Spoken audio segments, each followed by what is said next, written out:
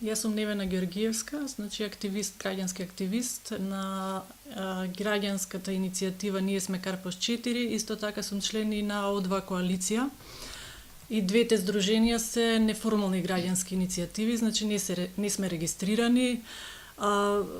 Целта беше, се здруживме заради некои активности. Во Ние сме Карпош 4, тоа беше зачувување на зеленилото во нашата населба, бидејќи беше започната постапка за носење на детален урбанистички план кој ги загрозуваше нашите паркови. Па така се организиравме на група од 20-30 поактивни членови и не го регистриравме здружението, меѓутоа делувавме 3 години веќе како Ние сме Карпош 4.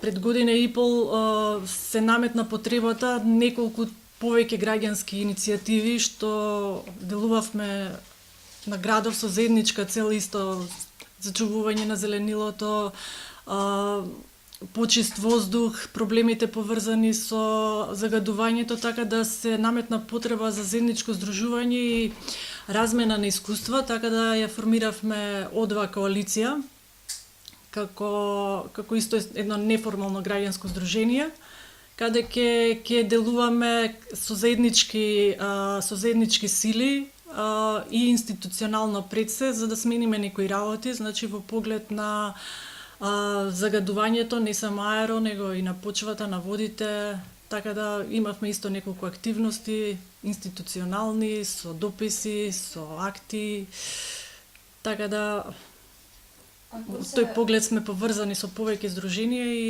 и активно делуваме. Кои се постигнувањата на коалицијата и дали во моментов имате некакви активности? Што би рекле дека постигнавме? Лани пред изборите успеавме да направиме некој меморандум кој го подпишаа сите кандидати за градоначалници на град Скопје.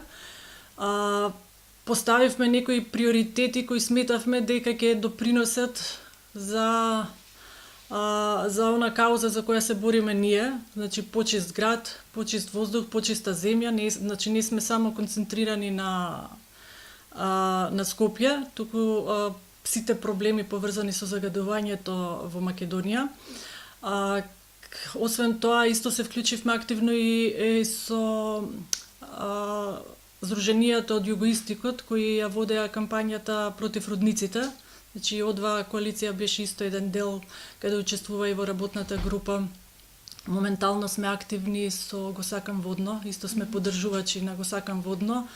Кампањата сега што ја водиме, тоа е за запирање на трасата што е предвидена да иде на гасоводот низ Водно. Така да активности има многу, се надоврзуваат, иако планираме одредени работи, некои работи се наметнуваат да доаѓаат сами по себе. Така да не сме стигнале ни да се регистрираме, нити размислуваме од тој поглед сега. Целта ни е она што е моментално проблем, да се насочиме, да се фокусираме на тоа, да најдеме некое соодветно решение, да исконтактираме со другите здруженија, да настапиме фокусирани заедничко и посилно, да се стопира, да се разгледа проблемот, ако може да најдеме некое решение соодветно и во тој поглед. Како реагираат институциите, а како јавноста на вашите пораки и барања? Во почетокот бевме прифатени добро, да речеме, од новите... Беше период пред избори. Добивме значително внимание со тоа што ги подпиша меморандумите. Сметавме дека ќе имаме понатамошна комуникација. Во почетокот имавме, неколку пати се видовме со некои градоначалници, направивме средба, меѓутоа гледаме дека треба да има постојан притисок. Значи, она што се разговара, потоа не е тек така во пракса. Бидејќи има премногу активности, а ние сме волонтери, имаме и други обврски, некако не успеваме и ние самите да биеме постојано фокусирани со сите проблеми или постојано да бидеме во општините, но гледаме колку што можеме да успееме. Исто така, значи, кога настапуваме како коалиција или како здруженија повеќе, еве сега и со Го сакам водно, Значи, таму е носител групата Го сакам водно, меѓутоа тука се приклучија и одва коалиција, се приклучија и други поддржувачи што се долгогодишно активни. Има неколку веќе невладени организации како Екосвест, Фронт 27 се поддржувачи, така да делуваме како компактна група и веќе добивме внимание, не вклучија во работната група во владата. Пробавме да најдеме заедничко решение, меѓутоа сега за сега не. Значи, остануваме тоа да ние се атираме нашата борба и институционално, меѓутоа и со сите средства на граѓански отпор што ни ги дозволува законот. А на кој начин се залагате за социјална и еколошка правда како индивидуа и како представничка на оваа коалиција? Јас пред се сметам дека секој граѓанин треба активно да се вклучи. Во смисла на тоа да ги следи работите, не да стои вон збиднувањата и да чека некој друг тоа за него да го направи. Затоа зашто како граѓани мораме пред се активни да бидеме и да се вклучиме. Од тука доаѓа од донесување на детални урбанистички планови. Значи, таму кога е периодот кога треба јавноста да се слушне, треба да бидеме гласни. Тука ние сме како и јас и другите како членови на организација веќе сме активни неколку години, ги знаеме процедурите, пробуваме да ги запознаеме и останатите граѓани дека тоа е не само право нивно, меѓутоа и должност. Затоа зашто колку посилно се слуша гласот на поединецот, на граѓанинот, толку сме и посилни, толку и повеќе респект добиваме од оние што треба да ги спроведуваат нашите барања.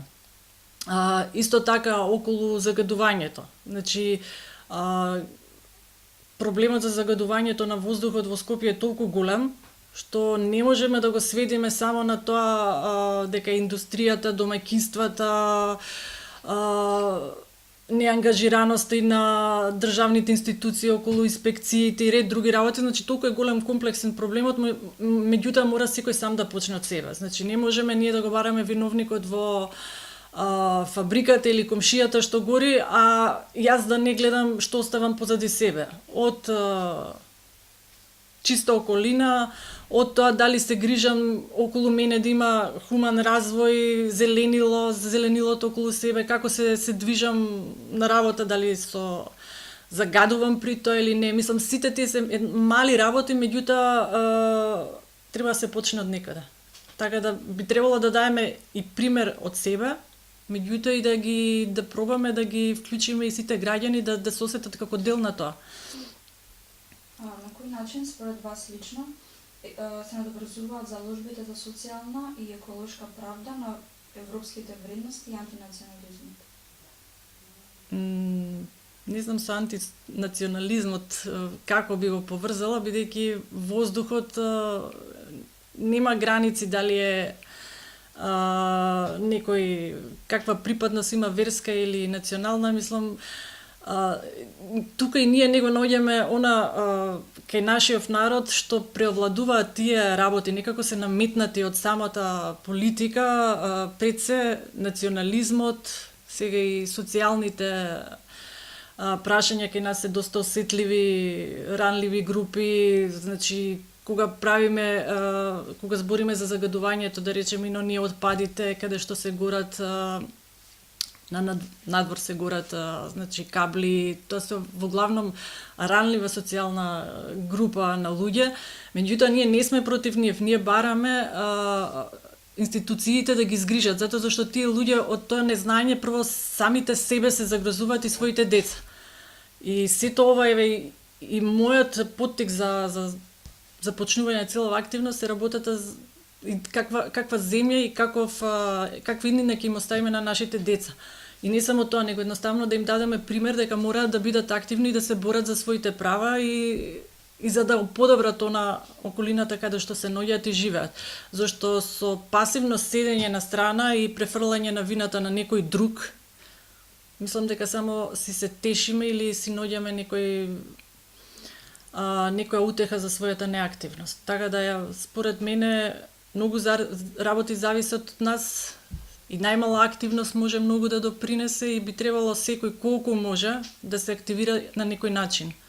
Значи, некогаш не е доволно само социјалните мрежи, споделување на ивентите кои се потребно е да се излезе на протест, Може да самиот протест нема, обично луѓето знаат да кажат џабе ќе дојдам, ништо нема се смени, или само тројца сме.